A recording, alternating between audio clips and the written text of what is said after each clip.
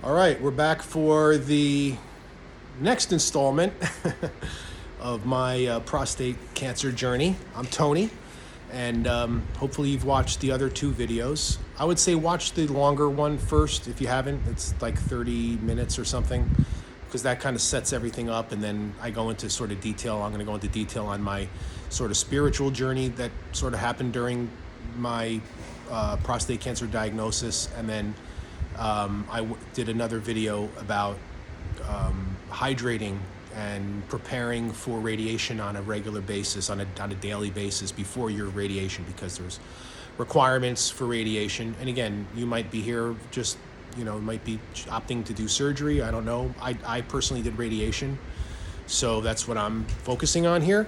But again, I think this video is going to apply to everybody, whether you had surgery or radiation, because for me, my path to spiritual awakening actually happened a long time ago. I've been awake for a long time, not fully awake, but I understood for years about the importance of living in the present moment. And I'm going to put some videos down at the bottom for you guys to check out if you want. But there's two people. Well, let me just say this. There's two people that sort of have helped me get over the hump of, of understanding how to transform myself. And I'm not fully transformed. I have, everybody I talk to says it's a journey. It's a journey. And, when you get diagnosed with prostate cancer, it's a scary notion, depending on how, even if like me, we caught it pretty early, very early. But still, it's cancer. I said that I couldn't even say the words cancer up until not just like the other day. I couldn't say I had cancer. I'll start from the beginning on how it sort of happened. So again, I grew up Roman Catholic, but over the years I became more spiritually aware, realized that, there's more to life than there's more to the universe than is painted in, what the Catholic Church teaches you. And once I sort of learned about, people, like meditating is that was sort of what started it for me. So when I first decided to actually get, to start treatment,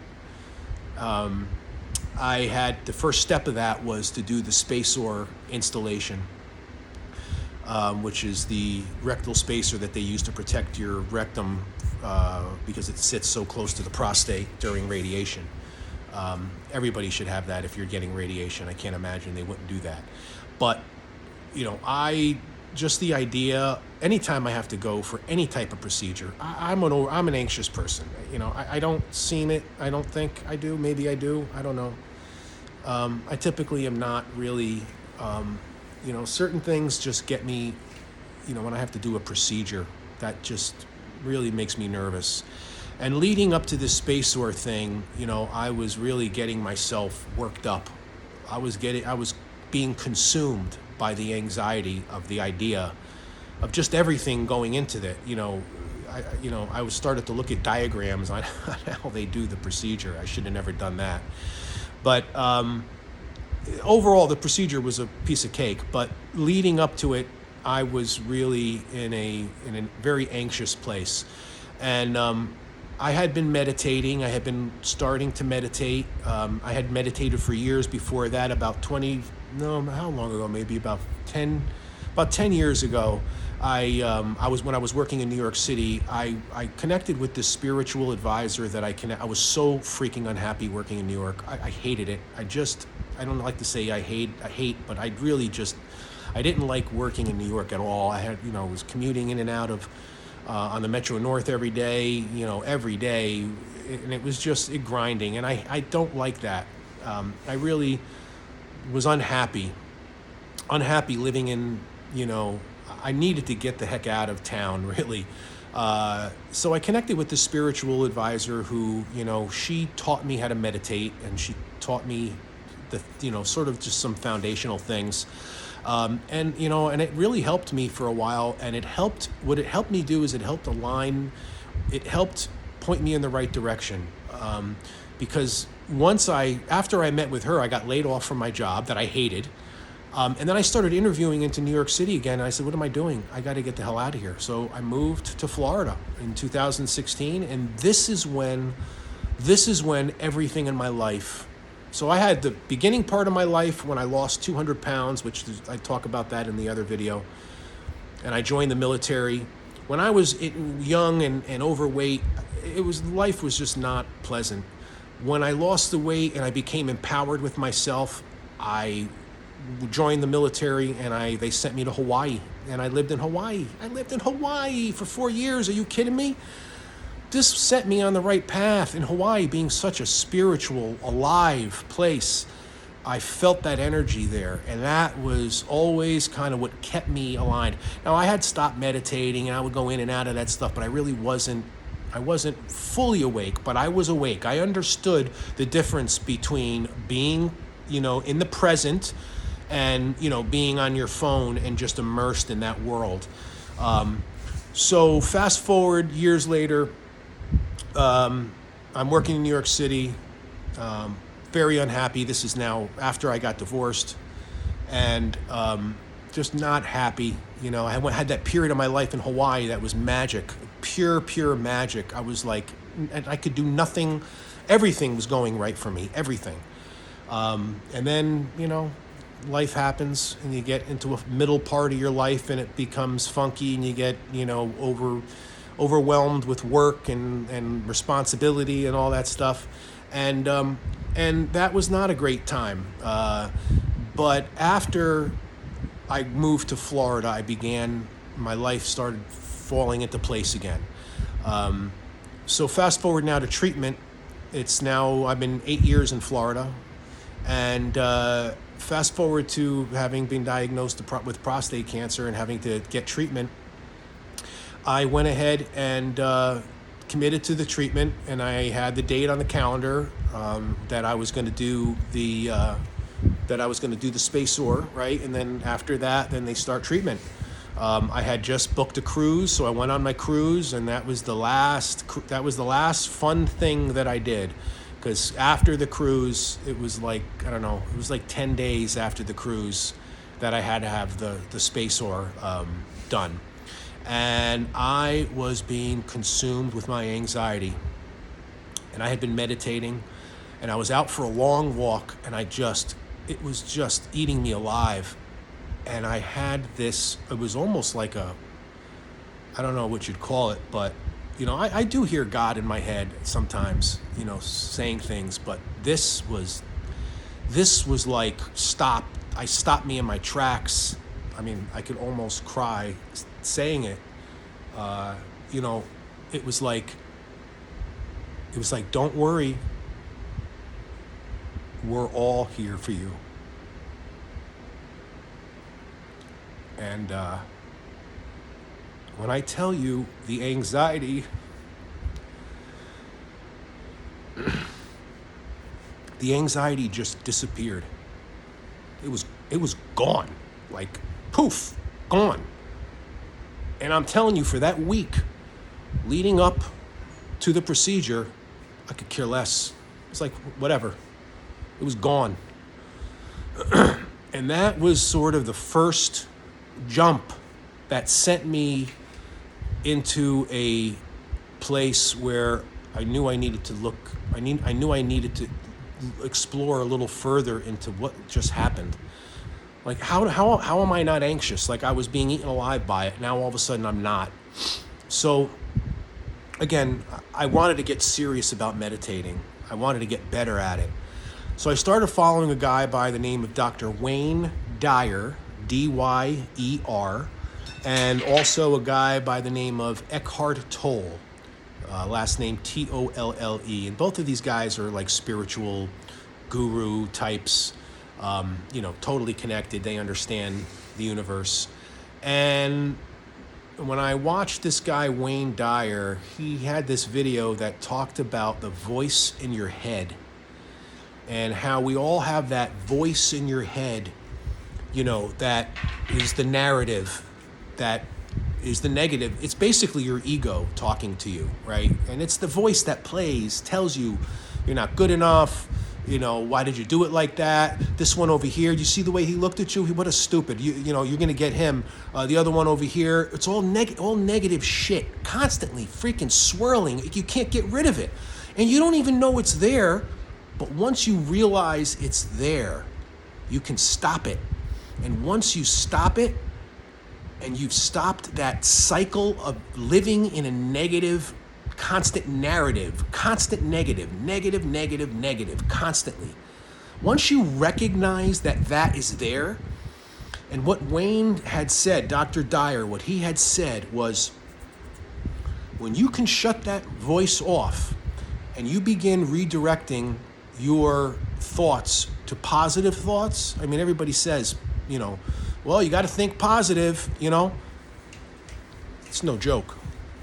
Once I understood that, and I remember it was like a checkbox in my head. It was like I realized, I was like, holy shit, like this is really real. Like, you can direct your energy and you can think positive. And the way he explained it was, even if you don't believe it, just say it. You know, just say it. I am happy. I am in perfect health. I am not anxious at all. And when you're able to do that in meditation and be focused in the present moment, right? Basic meditation, just breathing. It's like you can ground yourself and you bring yourself back to center. And then all of a sudden you realize, I had this attitude, like I was excited. I was like literally excited to go to radiation. Like, I know it sounds ridiculous, but I was excited to go to radiation. I was excited because I was accomplishing this, and I had this opportunity. Like, I saw this as an opportunity. Like, I'm like, thankfully, I am not, you know, this is not an advanced cancer, but still, it's cancer, man. And I got to go through radiation, and I got to cross my fingers that I kill it. And once I realized in my head that I got to do this, and I thought, well, this is an opportunity for me to become a better person. This is an opportunity for me, because I got to tell you, notoriously, when first of all, I loathe driving. I hate driving. I don't like to say hate. I really dislike driving. And I feel like I am my worst person when I'm in the car. Anybody who's driven with me, you know, even when my brother was here, when he came to stay with me when I had the space SOAR installation, because I needed somebody I live alone, so I needed somebody to drive me to the hospital back and forth. So he came. And I was I was just really beside myself with anxiety, and it was like the anxiety was gone and I didn't have to worry about it anymore. So I lost my chain of thought. How about that? Jeez.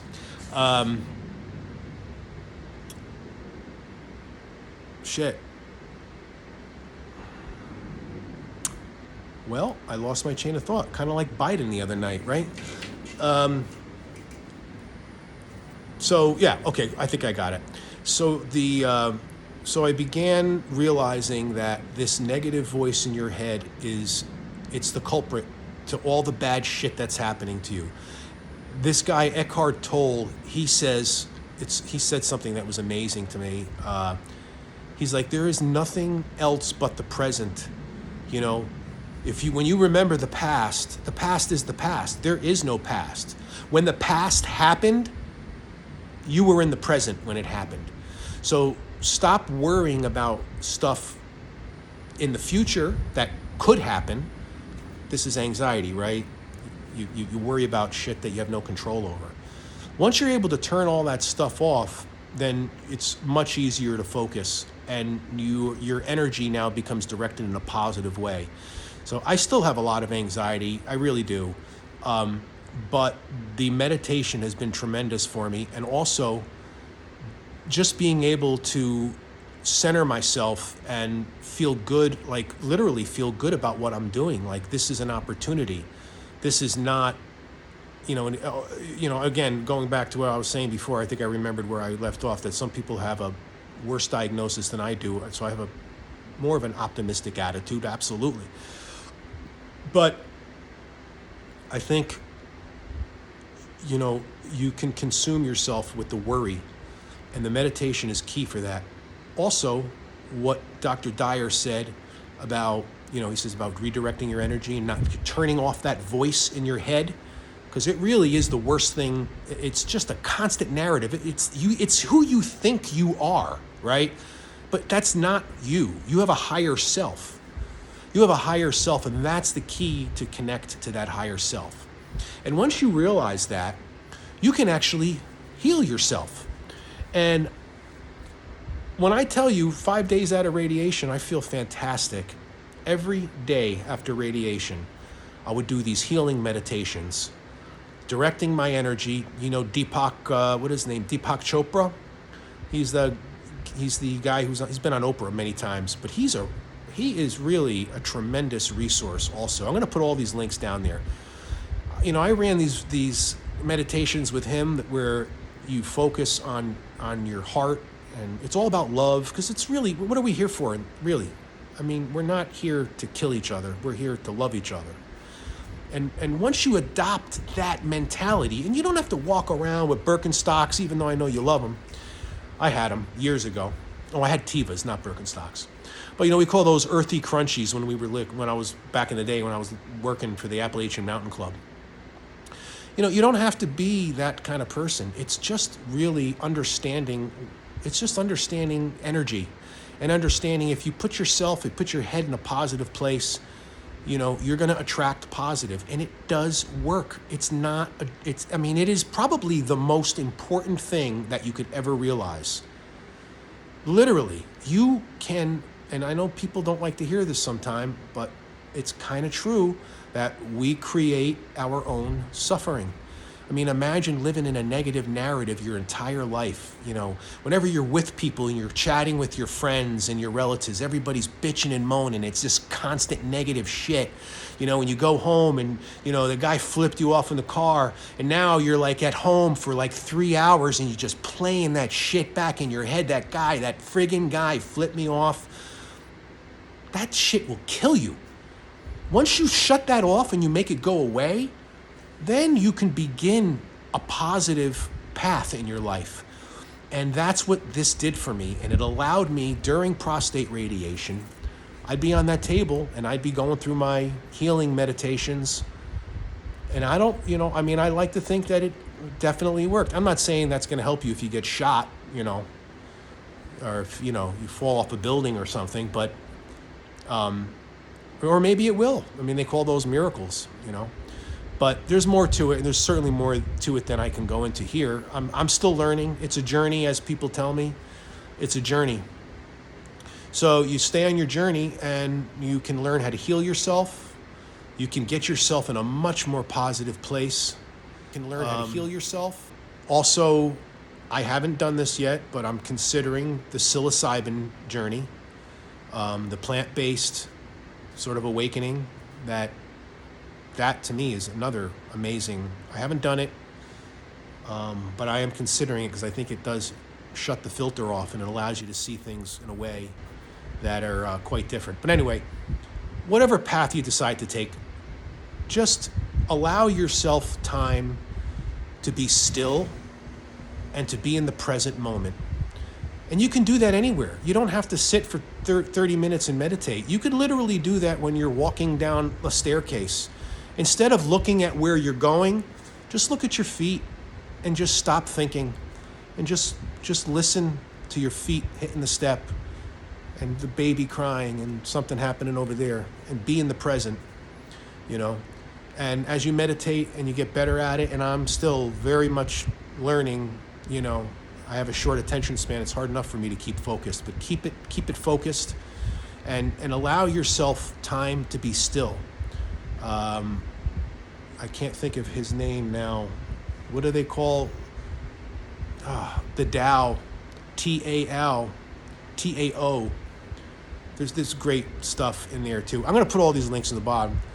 But if you're going to listen to anybody, listen to this guy, Wayne Dyer. If you're looking to be excited, this guy is such an inspiration.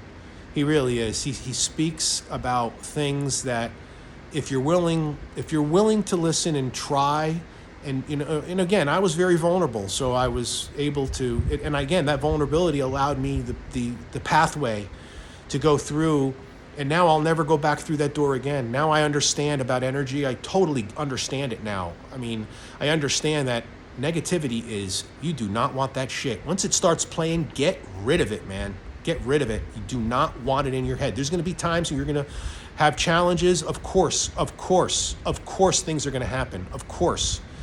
Try to look at them as a tool that you can use, and use meditation to not be living in that negative all the time. And it's work. It's work. But, because cancer is a scary thing, and you need tools to help yourself. And being awake is a very, very helpful tool. Understanding that, don't fester in your negative thoughts. That is what is going to do you in. You gotta work hard to get out of that negative narrative and keep it positive. It will save your life. I love you guys. Take care.